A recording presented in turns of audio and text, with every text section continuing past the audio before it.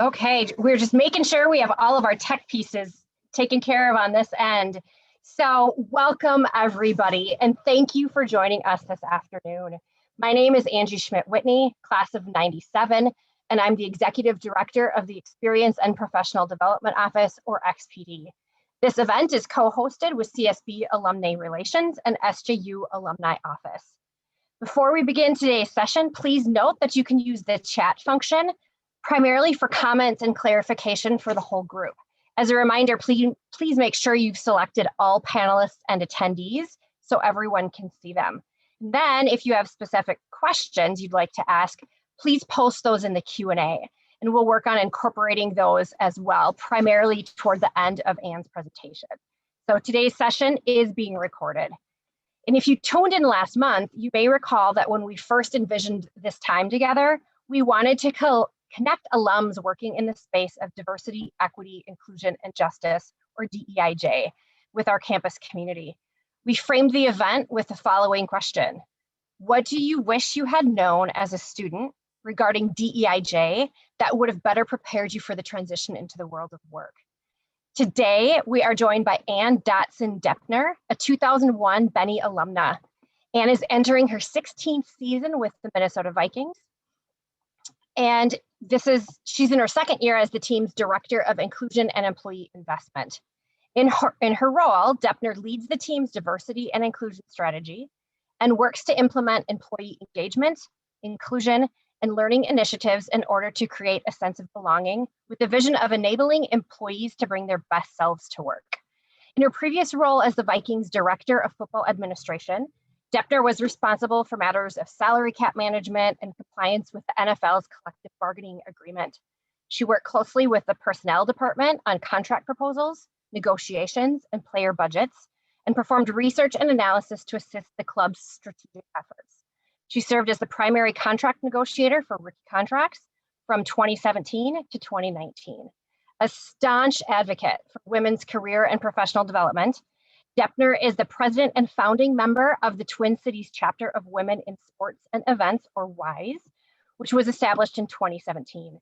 A native of St. Paul, Minnesota, Doepner holds a bachelor's degree in French, of course from St. Ben's, and showcases the breadth of possibilities of a liberal arts degree.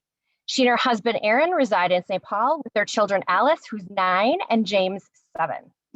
So help me welcome Anne. Thank you. Oh, there we go. I think I'm unmuted now. Thank you so much, Angie, for that lovely introduction. And I'm so excited to see who all is here in the chat. I dropped my my year in there as well. I can't believe that this is 20 years for me since I graduated from St. Ben's. It just goes by like that. So thank you to Angie and Anne for setting up this event. As Angie said, I currently work in the area of diversity and inclusion for the Minnesota Vikings, and I'm excited to share my journey with you all today. So as we get started, I'm going to share my screen here with you. And I'd like to start out with a video, if you all don't mind just indulging me for a couple of minutes. NBC Sports put out this really cool initiative a few years ago, and they're calling it On Her Turf. And it's still ongoing, so you can follow On Her Turf on all social channels. And what they're working to do is to highlight women working in the sports industry, in particular, women working in roles within the sports industry where they've been especially really underrepresented historically. So a couple seasons ago, they decided to go around to a number of NFL clubs and get to know a woman on staff who's doing a job that people may not be aware of or have not seen a woman doing. So they came in and did a little bit of a spotlight on me. This is when I was in my previous life in football operations. So I think it gives you a good little bit of background about who I am and the points I want to share with you all today. So I'm going to share that up here real quick.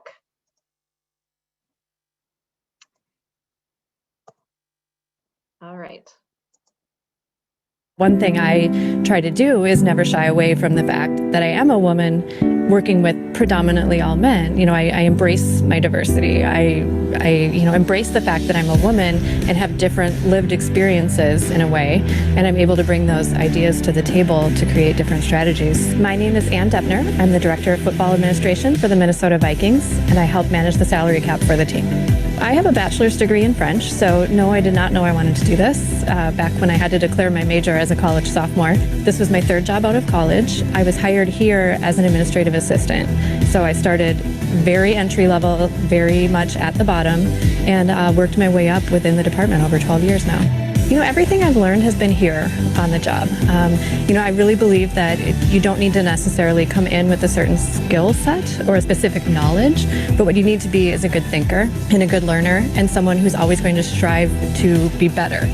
A lot of what I'm doing is, a lot of research and analysis to support what we end up doing at our busy times of the year, which our busiest times in my department are free agency and the draft. So a lot of what I'm doing year round is back-end work to support what our strategy and our philosophy is going to be during those busy times.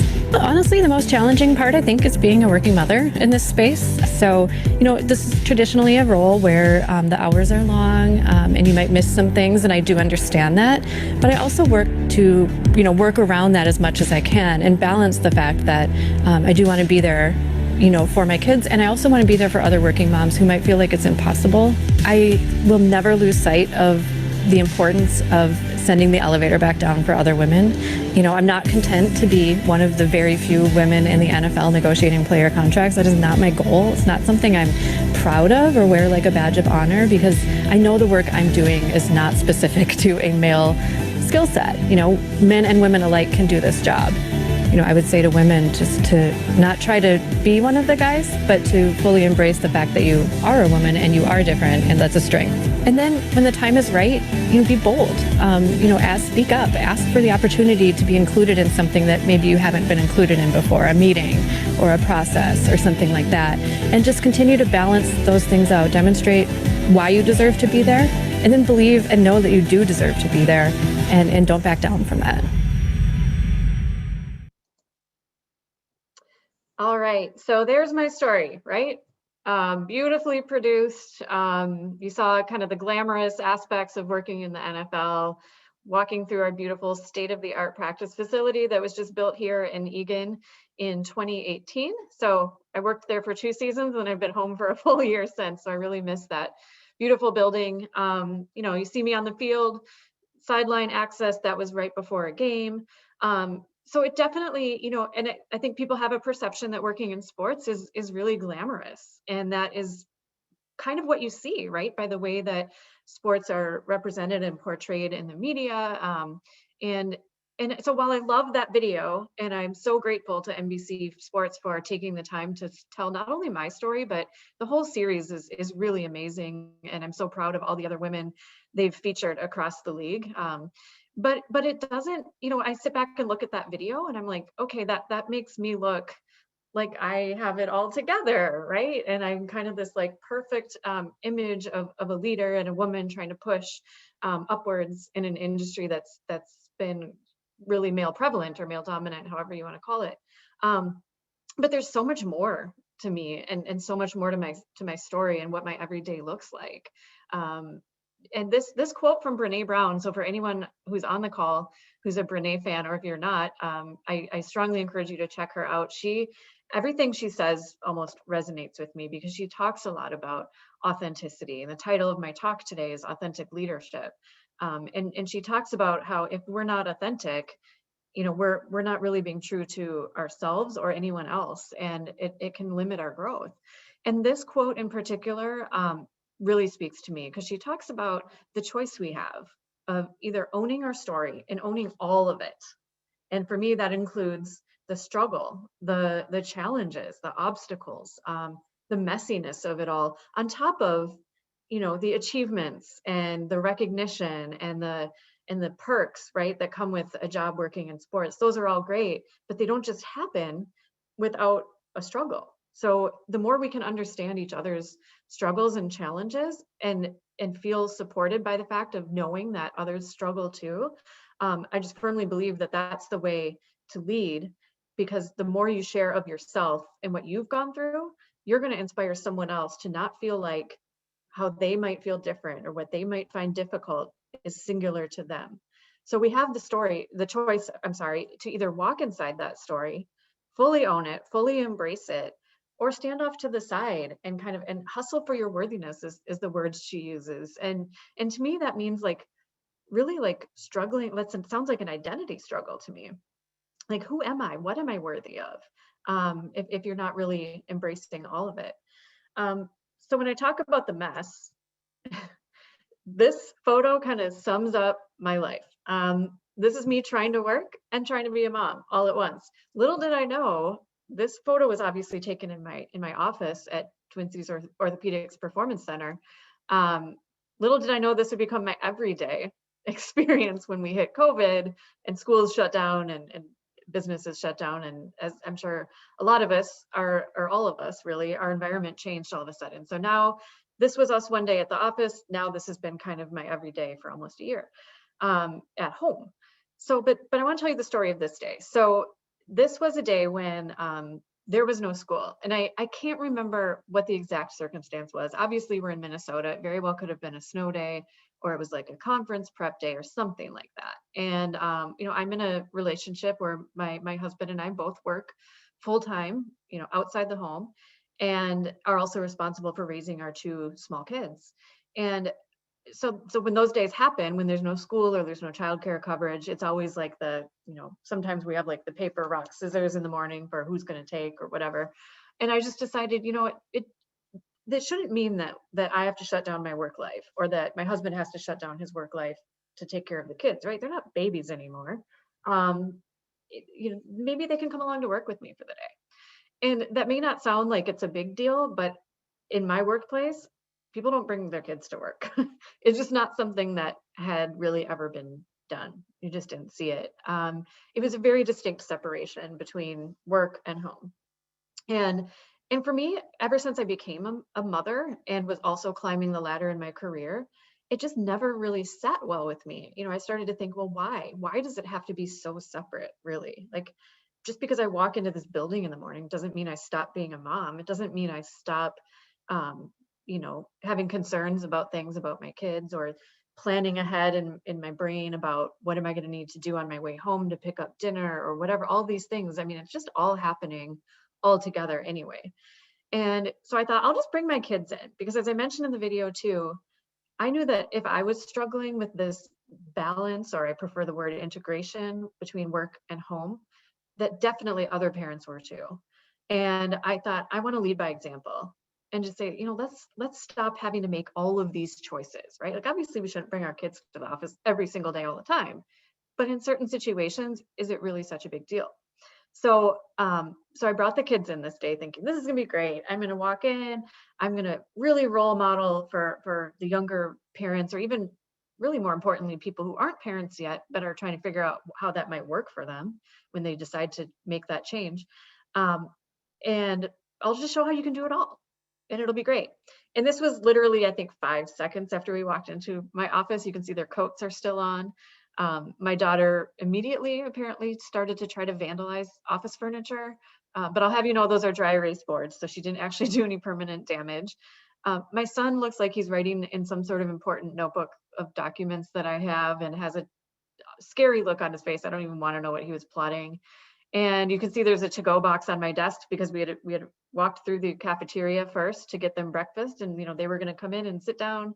They were going to get to work. I was going to be super productive and get my job done, and then just this hot mess happens 5 seconds in. And the most important point is nobody's listening to me, as you can see. So this was a little bit of a disaster. We did get through the day. I still did get work done, and everyone was happy and safe at the end of the day. Didn't go as I'd planned, right? Like, when does it ever actually go as planned? And then on top of this day, that was, it was stressful in the sense that I was trying to work and also be a mom. And this unfortunately was my reality for a while as well. And what was happening here was my daughter struggles with anxiety. We've identified it, well, shortly after this photo was taken, was when it really sunk in with me that she really is struggling here. So this was what it looked like at school drop-off, more mornings than not in her first grade year. She just really did not want to separate from mom, did not want to go into her classroom. She's sitting in the cloakroom right outside her classroom, so she's there, she's hung up her things, she's ready to just go in, and just taking that step into the classroom was painful for her. For whatever reason, as people who deal with anxiety know, there's not always rationale behind it. It just happens and it hits us. And as a parent, seeing your kid like this is never what you want to see, especially when it's, you're just asking them to go to school, right? Such a normal thing, but it's hard for her. And it was hard for her, and it was hard for me, because I would have to spend a lot of emotional energy in the morning working with her to get her on her way, so then I could go be that woman in the video, strolling through the facility and knocking out reports and being, killing it at my job.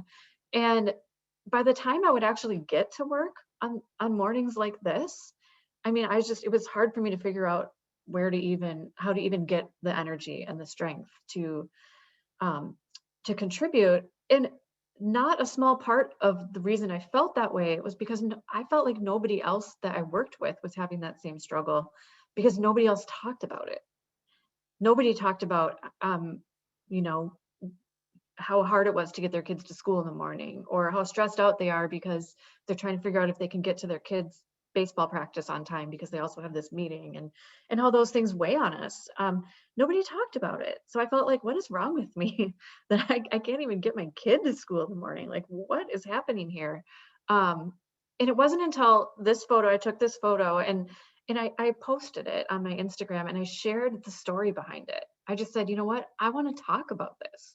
I can't really be the only working parent that's finding it hard to even just get to work in the morning, first of all. And I posted this, and I talked about what was going on. And I wanted to own my story. I wanted to really be open about my struggle. And after I posted it, I had 3 coworkers reach out to me, 2 of whom, we're not a huge organization. We're about 200 total, give or take, staff. But 2 people who I really didn't know at all, aside from maybe a hello in the hallway, but our work never overlapped. We had no real relationship. And I had these people reached out, these coworkers, and said, oh my gosh, I saw the photo of your daughter and it just spoke to me, because that was me as a kid. They were sympathizing from the angle of, I had a hard time as a kid, and I never thought about, what that meant for my parents and how they were trying to balance everything. Or I had, one of them was specifically a parent as well, with a child facing the same stuff, right? So there it is. I am not alone. I'm not the only one dealing with these things. But because no one was talking about it, I wasn't feeling maybe supported like I wanted to. And it made it honestly really a lot harder to get my job done than if I just felt like I could go in, vent, talk about it, and then get on with my day. So what I ended up feeling like, not only being a woman trying to succeed in a world driven by men, but also a mother, that added another layer to it. I started to feel like I was this poor little cat in this photo, just desperately trying to walk around and make myself fit in with the other penguins, right? Like, the cat is standing not how a cat normally would. It's standing up on its 2 feet instead of down on 4. It's got like this desperate look in its eyes about like, please, I hope no one knows that I'm a cat and figures me out. Like, I look like a penguin, right? Like, I'm one of the penguins. I fit in. I'm not different. Like, there's nothing different about me. Because what my pain was that feeling of like, it didn't feel good to be different. It didn't feel like I should be different or having these struggles, because they were different from what everyone else was dealing with. And so I spent a lot of time trying to be this cat, trying to be a penguin. And let me tell you, it's exhausting. And so it took me a while, but after a while, I started to realize that is exactly what I was doing. I was giving my energy to trying to squash those things that were different about me, instead of owning my story, leaning into what made me different and what my struggles were, because not only would that relieve the pressure off of me to try to be someone else, but it also relieves the pressure off of other people who feel like they're trying to do the same thing. So it's really important for me for today that hopefully you have some takeaways from this. I don't want it to just be, here's my story and maybe it was interesting or to you.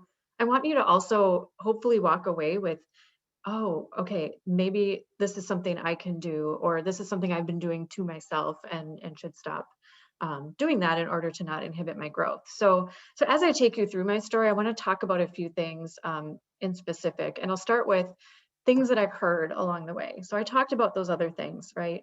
Specifically around the area of raising my kids and being a working mom.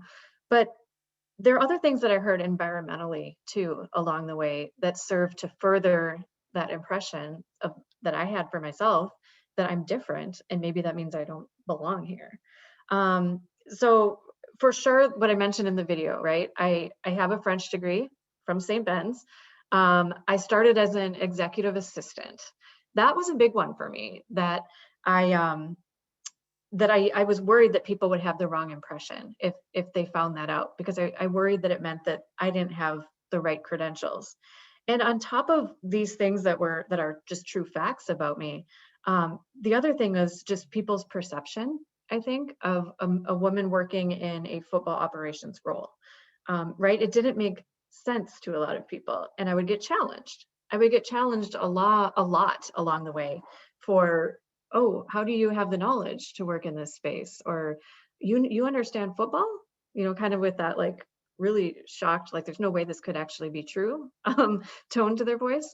And I want to tell you about the quiz. So if you ask any woman working in sports, she's probably received the quiz at some point along the way.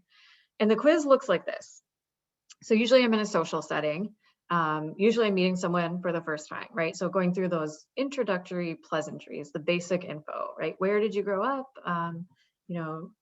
What do you do for a living? And when that piece would come up and I'd say I work for the Vikings and I work in the area of salary cap and negotiating player contracts, that's when, most people just roll with it. But I feel like 10 to 20% of the time it would land on ears that were surprised to hear that. And they weren't computing. Like, this woman that I'm looking at negotiates NFL player contract. Like, I haven't seen that before. And so sometimes I would get the follow-up because they were in such disbelief that they would want me to demonstrate my knowledge for my ability to do my job right on the spot. So I'd get things like, oh, you negotiate player contracts? Well, who's the highest paid quarterback in the NFL? Or name all the teams in, I don't know, the AFC South or whatever. That like they were demanding like on demand information that could support their, they're trying to believe that I'm qualified to do my job. Other things, when I announced my pregnancy, I was the first woman in the football operations department to ever go out on a maternity leave in our organization. So I had to kind of work through that as being a first as well. And while it shouldn't be so shocking, right? People have babies all the time, they leave work, they come back. Because it really hadn't been seen in my organization, it was again met with questions like, oh, I heard Anne's having a baby. Is there any, like, is she coming back? Has anyone, like, do you know what is going to happen with her job? Basically people fishing around to figure out if there was going to be an opening that they could jump into in my role. Really like an assumption more than, they're asking the question, am I going to come back, before they ask anything else. And those are not things that my husband heard, as a male. And one of my favorite ways to showcase kind of the stark differences, I have a male counterpart in my football operations role. And I remember I was sitting at lunch with him one day at work, and he was making some comment about how he was going to be gone, all of the following week. And I had missed the start of the conversation. So I was like, oh, where are you going? Are you going on vacation or something? He's like, no. I mean, we're inducing, and Christy's going to be having the baby on Monday. And that was the first time I found out he was expecting. So meanwhile, I'm walking around, as soon as I'm visibly pregnant, really, kind of feeling the slings and arrows like this woman in the photo, like feeling like I need to really be overly vocal about the fact that, yeah, I'm having a baby, but that doesn't mean I'm quitting my job. I'm coming back. Like I love my job and I want to keep working, and I'm also going to have a baby. What's the big deal? And well, these questions, the questions about my job status after baby, the questions about my knowledge of football, I don't feel like any of that was poorly intentioned, right? People were just curious. We've all been socialized to expect certain things or to not expect certain things. And a lot of that is based on what we've seen before or what we haven't seen. So none of this was poorly intentioned at all. So I don't want to make it sound like these came from a bad place or anything like that. But the impact is still there and is still important to acknowledge, because I felt challenged for existing really in my space. But one story I do need to share, well, those were not poorly intentioned and really more of an unconscious thing, I believe, going on. There was one moment that really made me almost want to step out fully. I was at an NFL league meeting in Arizona with some of my other counterparts, and we were at this beautiful resort, and the league meetings had wrapped up for the day, and we had all been in various, meeting tracks for the day, and we were all coming back together. There was a little bit of a reception in the evening. So I met up with some of my other staff to kind of unwind. And I was with our general manager, our assistant general manager, and a couple other folks. And we're just chatting, and I see another general manager from another NFL team walk in, and I know who he is, right? I'm lower ranking. Everyone knows who the GMs are. And he in particular was one who'd been around for a long time and was a very established name in the industry. So he approached our group, and I got introduced around. And when I was introduced, he paused for a second, and he looked at me and he was like, "Oh, you're Anne?" And I was like so flattered in that moment, right? I'm like, how, oh my gosh, he knows who I am. Like, I'm not a name. I'm not, at these high levels same as a general manager. And I just was like floored that he knew who I was. And I felt like this was amazing. Like, wow, I've made it, right? And I was like, yeah, I'm so pleased to meet you. I know I've followed your career. Congratulations on everything you've achieved. And he immediately rolled into, oh, okay, so if you're Anne, then you're my problem. And that was when like my stomach, it kind of started to sink, but I was also just a little bit more confused. It didn't make sense. What could he be possibly talking about in that moment? And I figured it was a joke that just I didn't get for some reason. And so I shot back with well, there's no way I could be your problem. I just met you 5 seconds ago, right? Like, we're all having fun here. This is funny, right? And he was like, well, no, the reason you're my problem is because he's like, you've started negotiating player contracts, right? And I was like, yeah. And then my stomach started to sink a little bit farther. And he's like, well, yeah, so I have a woman on my staff who heard that you got that opportunity. So now she's asking me if she can develop into that same opportunity as well. And that's where it was just like the full on gut punch. I thought, whoa, like I'm just being totally rejected here for taking up space. And I didn't know what to do. And it felt like probably an hour, but it was probably right away that my general manager for us, he stepped up. So this is an amazing example for what allyship looks like. So anyone who's on the call who is trying to find out and carve out a way to show up as an ally, this is what you need to do. He spoke up right in the moment, and he said, hey, listen, she's not a problem. She's part of our solution. She's a critical part of our team. And he just shut it down. And then we moved on to the next topic, and everything went along. And I think about that moment so often because I felt like it was a really pivotal point. I was already dealing with a lot of things that made me feel different because of what I was hearing. But those were things I could brush off, right? I felt like, okay, these are things that you just kind of have to deal with. Think times will change. Hopefully women will get stopped asking about their career ambition just because they're pregnant a little bit more as we go through the years. But this one was tough and it was painful. And I firmly believe that was a hugely pivotal moment in my career, because if I hadn't had that immediate on the spot support, I don't think I'm exaggerating when I say it really would have been hard to continue to try to strive. Because that felt like a big shutdown moment, like just a total rejection about my qualifications and my ability to continue to contribute and succeed at a high level. So the fact that he said something just will always stay with me. The incident has obviously never left me, but it's much less painful because I got that support in the moment when I needed it. So through all of the things that I heard along the way, and all of the messaging that I took in externally, right? And I talked about already feeling like a little bit out of place because I came in as an executive assistant. And what that means, what I mean by that is that I didn't come in with some like at a higher level from somewhere else, having already demonstrated my worth, right? I came in at an entry level role and grew in the organization. And sometimes it can be hard then to change people's perceptions about what you're capable of, because they might still always think about you as the way you came in. And particularly the fact that I grew out of an executive assistant role into a leadership role working on player contracts.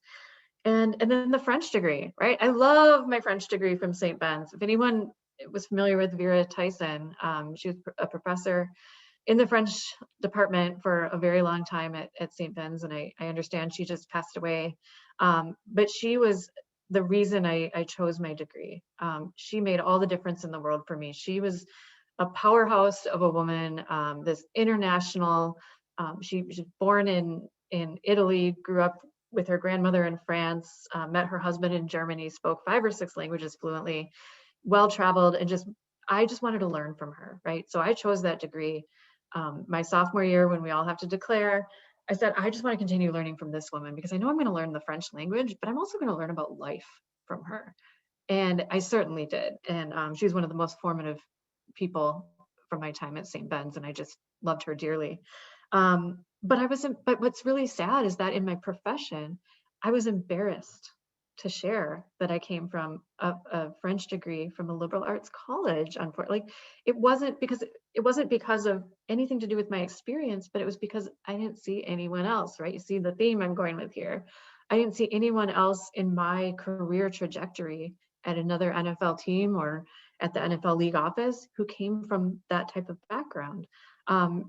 At that point, most people had law degrees or some sort of business background, of course, often an MBA or something like that. And I had my French Bachelor of Arts. And so I decided I didn't want anyone to really know about it because I felt like they're already making these assumptions about me, right? They see that I'm a woman, they see that I'm raising kids, all of these things. I'm certainly not going to compound it by continuing to open up about the other things that make me different that they can't tell just by looking at me or talking to me. So that included how I came in, my educational background. I didn't want to expose myself, for lack of a better term. And what happened was I hid it intentionally. If people started to get on a conversation about law school or whatever, I would try to change the topic, or I'd excuse myself because I didn't want them to have to ask me, where'd you go to get your law degree from? And I didn't want to have to lie or something like that, or tell them the truth.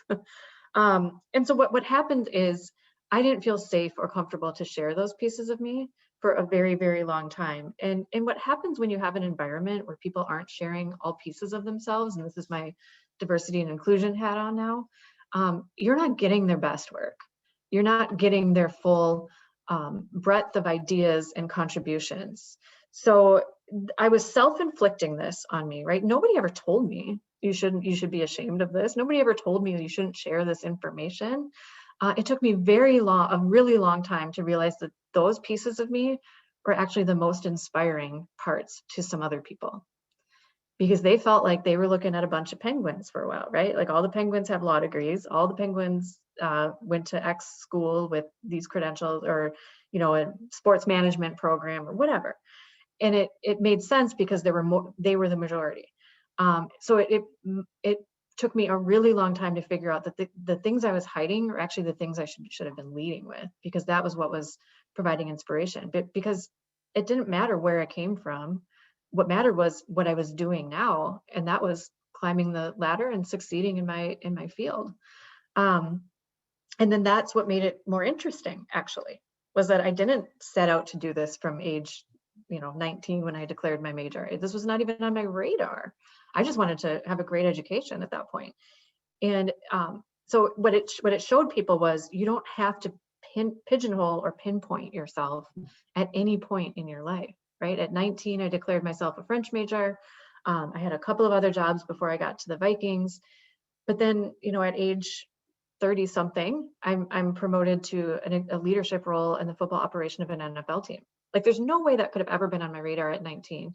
And I think what is also important to know is if you're a leader and you're leading a team, if you can see someone who's able to grow and come in at a certain point, but but get to like a point over here that may not even feel like it's directly connected in your mind.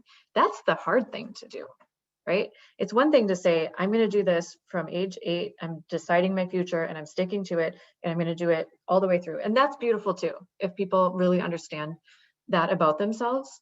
But the fact that people can also reinvent themselves is really crucial.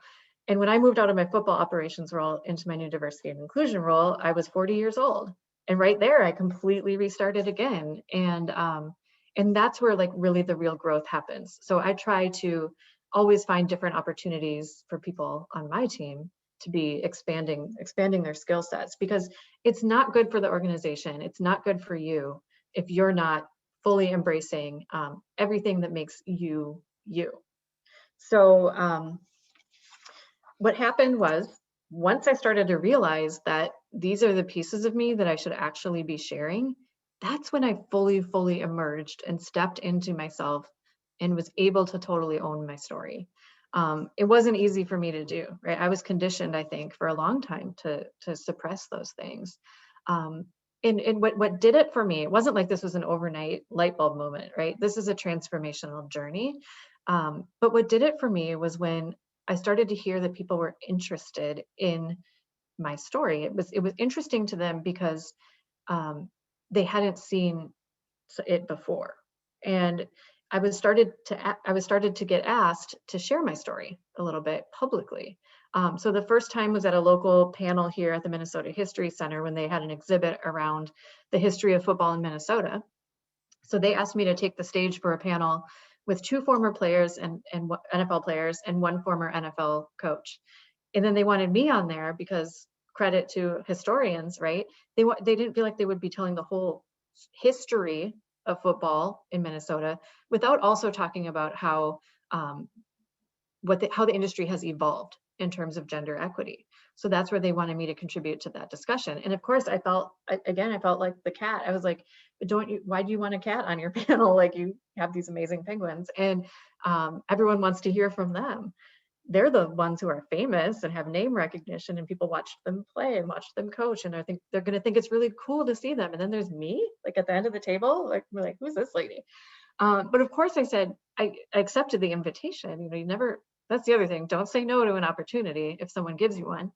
I said yes. I was terrified. I'd never really shared my story or talked publicly on behalf of what I was doing in my career for the Vikings. And I took the stage, and I just kind of leaned into it. And I shared at that moment, what my background was, where I came from, to a full packed audience. And because I wanted to say, I thought if they want to hear my story and my journey, then I'm going to give it to them. And I had so many people come up to me after the panel, and their feedback was that was the most interesting part to them. Because for the players and the coach, like, they could Google them, and maybe they watched them. They already knew what these guys have done, right?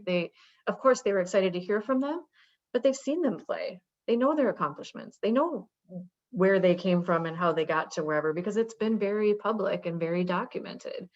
And what the feedback I got was, that was so interesting. Like, I had no idea, fill in the blank, right? I had no idea managing the salary cap was a job. I had no idea that you could have a French degree and end up in a role like this, right? That was what was interesting. And the following year after that, timing is really crucial, right? As I was ascending in my career, the NFL decided to take a very intentional focus to finding roles for women, specifically in football operations roles. So they hired someone to head this effort. And so what they were looking to do was create more of a pipeline or exposure or opportunities for qualified women to start to break into some of these fields. So female coaches, female athletic trainers, female equipment managers, you name it, anything involved with the football operation. They said, we want to support, we need more diversity, we need more women specifically in these roles. And I started, because I was in my role that I was in, one of the more senior women in the league, I started to work closely with them on their initiatives. And so they held an event that's called the Women's Careers in Football Forum. And this event is one of the most powerful events that I've ever been a part of in terms of actually creating change. So what this forum is for women working in football roles at the collegiate level and they got them in a room with the decision makers, right? They invited the current head coaches, the current general managers, heads of player personnel to come in and meet these women and provide programming to help them get an education about what it's like to work in the NFL, but also for them to build relationships with these women and, and potentially hire them. And so we've all seen the amazing progress that has happened, right? The Super Bowl this year showcased 2 women on the Tampa Bay Buccaneers sideline as the first 2 women to win the Super Bowl as a coach. Like first, Sarah Thomas was the first woman to officiate a Super Bowl in that very same game.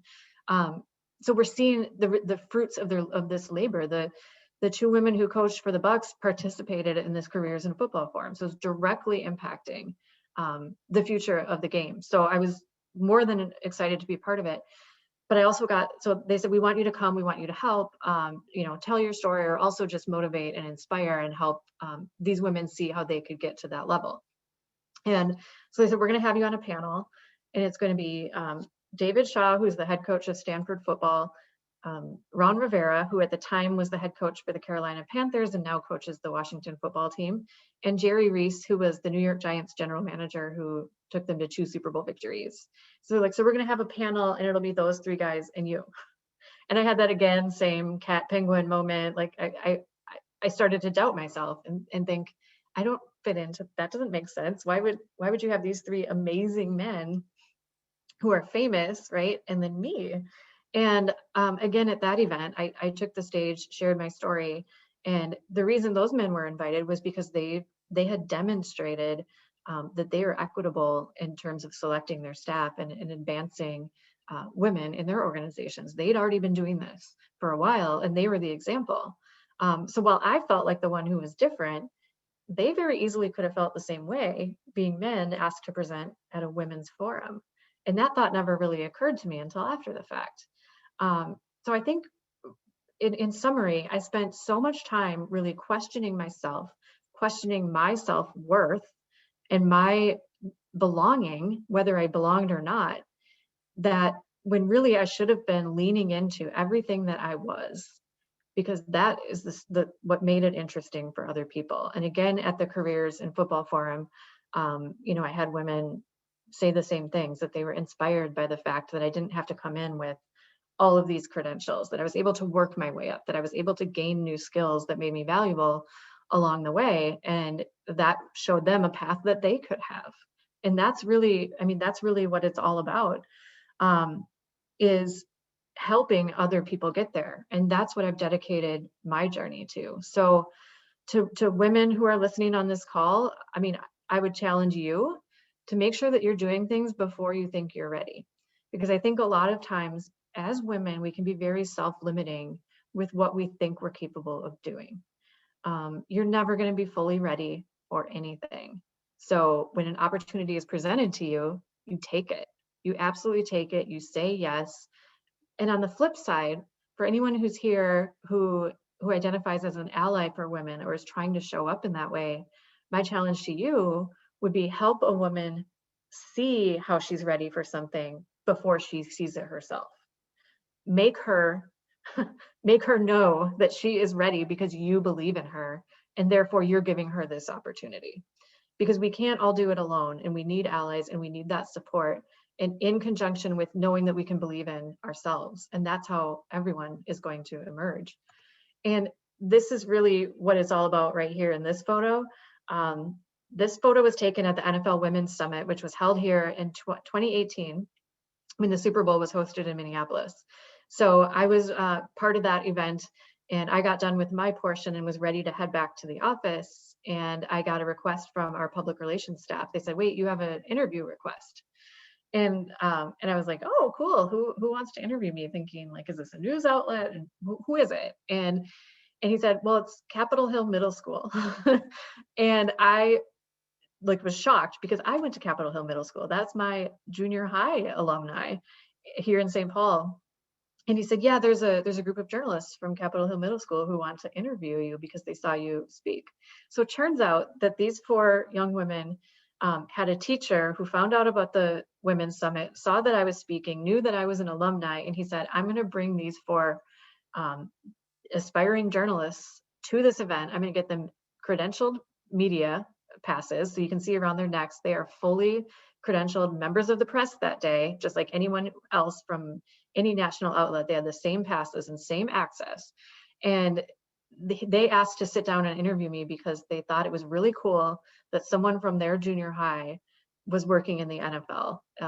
And so this was like the biggest honor I think I've ever received. So I got to sit down with these 4 young women and represent for them.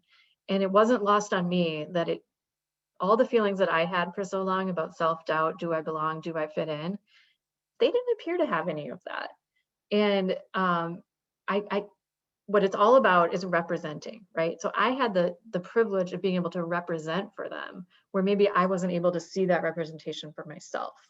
So that moment was amazing. They were the best interviewers. They asked the best questions. They were totally organized amongst themselves. And I was just so proud and excited to be sharing my story with them. And my final bit of advice, and then I'd love to hear if there are any questions. This just brings it all full circle, that you are actually helping. When you show those parts of yourself that you feel like you shouldn't be showing because they're different and they're not like other people, you're actually helping the movement of strong modern women when you show those parts of yourself that you've forever been told to hide. Because something about you is going to speak to someone else who's feeling the same way. And you're going to be able to bring them along faster by showing those things that you don't think you should show. So that's my final piece of advice. Happy to take any questions that we might have. I'll pop back on here so I can see the chat and everything else. Hi, Angie. Hi, and I put it in the chat, but I encourage all of you, please add any questions or thoughts or pieces you'd like to hear more of and put those in the Q&A function. And then Anne and I can both see them and we'll start kind of tag teaming them and hear some more insight from Anne. Yeah, I see them here. So is it okay if I just jump in? Go for it, Anne.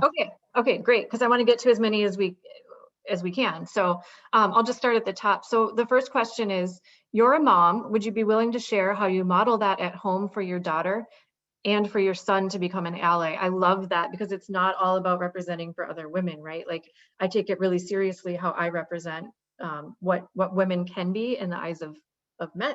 So I have the joy of having a daughter and a son and the distinct differences that come with that, but also the distinct responsibilities. For me, how I model, I think really is that integration piece. I bring my kids to a lot of things. In fact, one of my favorite stories about my daughter is we hosted what's called an Empower Leadership Academy at the Vikings a couple seasons ago. And Empower is a local organization here in the Twin Cities that works to, what it says, empower young women. I think they work with grades 5 through 12 and teach them these skills about confidence and speaking up and valuing yourself and all of that. So they provide these workshops, and the Vikings sponsored one day. So we had this group of young women come to our facility, and they asked me to speak to them. And I told Alice, I was like, you're coming along to this, because she wasn't old enough to join the program. She was only, I think, in 3rd grade at the time. But I said, you're coming along. And so I brought her along because I just wanted her to see that these opportunities are there for girls. And maybe if she absorbed some of the messaging she heard that day, I knew it would be good for her. So we showed up at the facility for me to speak, and the organizers of the event saw her and they were like, do you want to share the stage with your mom? And she was like, she kind of looked at me and I was like, you can if you want. And she did. And so she hopped on the stage with me. She got more questions than I did from the other girls. And she felt, I think, so empowered because she got asked to share her story that day right alongside mom. And just so demonstrating those experiences to my kids is really important for me, because they saw this was a Saturday. This is not technically part of my job, but it was important to me. And so I wanted to show up for that event. And this is part of my values. And I wanted to be part of their values too. And then as far as the question about my son, that's a really good question too. I'm just always trying to be cognizant of language we use, making sure that we're not putting down things because they're girly. Or for instance, this weekend, we're doing a family pool for March Madness, which I know is underway for the men right now, and the women start on Sunday. we all filled out brackets for both. You know, we need to start supporting women's sports. We need to start creating exposure and valuing women athletes just as much as we do male athletes. So we've all filled out a bracket for each, and we'll watch both. So those are little examples, but I think they're powerful ways to demonstrate to your kids, you know, what your values are. Okay, next question is, at a time when many women have left the workforce, what advice would you give employers for attracting and retaining this workforce? So this one is really important because we've all seen the numbers, right? This year, the pandemic has hurt women much more than it has hurt men. I think when you net out all the job losses, it technically is all women who've been removed from the workforce as a result of what we've seen here. So it comes down to employers need to support every kind of lifestyle. I think we've learned a lot this year. Like that picture of me bringing my kids into the office was like, it was an anomaly then, but now we're all seeing each other's kids on Zooms, right? We're all in it together, and it has to be supported. You know, when schools weren't open, I had nowhere to put my kids. What am I going to do? So I'm fortunate in my role to be able to lead. I'm going to lead as much as I can with, when we do go back, we're not going back to normal. We're going back to, what do you need to thrive here as an employee, and how can we provide that for you? And we know we're going to still get our work done if people are not in the building 24/7. And I've noticed for sure that my experience has been very different than my husband's experience. With this work from home situation, we both are working from home. We both have the same set of variables, right? He is given a lot less leeway, or I think is led with a lot less understanding or assumption that he may have child responsibilities, you know, in terms of, you know, Zoom or a Teams call that just happens without warning, or expecting that you can be available for a meeting at X time, you know, not thinking, oh, he might be getting kids ready for school, or he might be picking up kids, or whatever it might be. Or when we were homeschooling, certainly that was all day. So I think he has been given a lot less flexibility, but it's also then that furthers the assumption that he doesn't need the flexibility, if that makes sense. And that's also not okay. So we need to fully understand that as long as we've hired the right people, they're going to get the job done. And we just need to, as employers, step back and say, how can we support you? And how can we work with all of these variables that we're working with? Because I've seen it in a lot of my friend relationships that even though both male and female parent are homeschooling, that the men were really doing a lot less of adjusting their schedules, because I don't think they felt like they had the understanding with their employer that they might need to do that. And that's a trickle-down effect for women. So hopefully we start to see some more conversations around that. One more question is, integrating work and family seems the best way to be a professional and a mom. How has that integration been received by your colleagues? So super positively, because again, like I said, I'm not the first person to have kids and try to work full time. So I knew this was nothing new or different about me, but it was different in the workplace setting.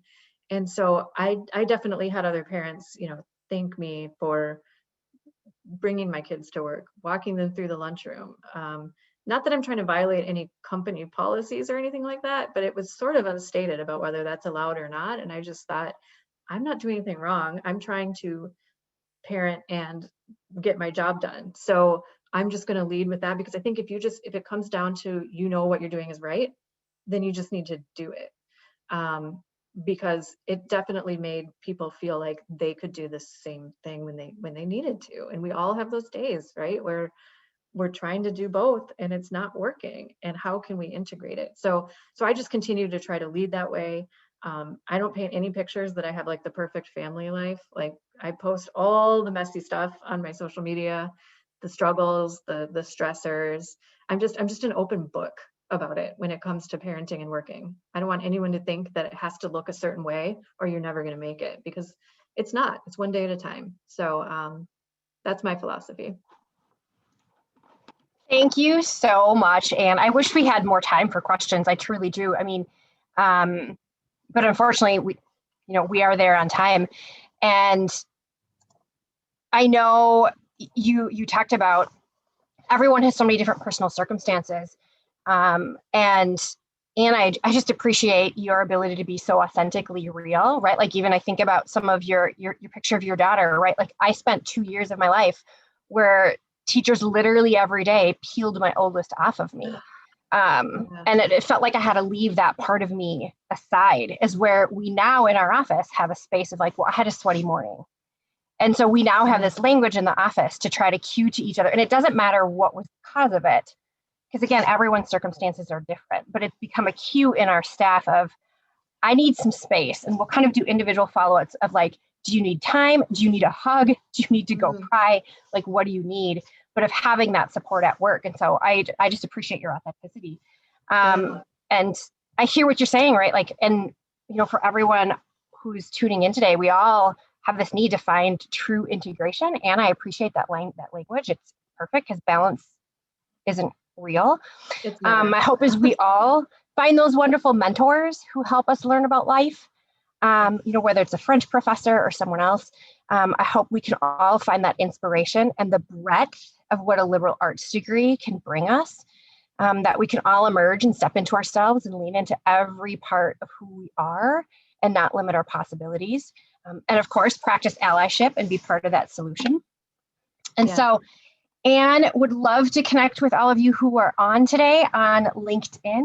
I am also going to copy Anne's, if I can multitask here, I'm going to also, I just put Anne's email in the chat. Please reach out, anyone. I'm very open, like I said, open book. So if you had something else you wanted to connect or talk about, just let me know how I can help. Especially so, and again, yes. So thank you, Anne. I appreciate all of you who tuned in today. And again, let's keep bringing that allyship forward. So thank you again. Thanks for having me. Have a great weekend, everyone. Bye, everybody. Bye-bye.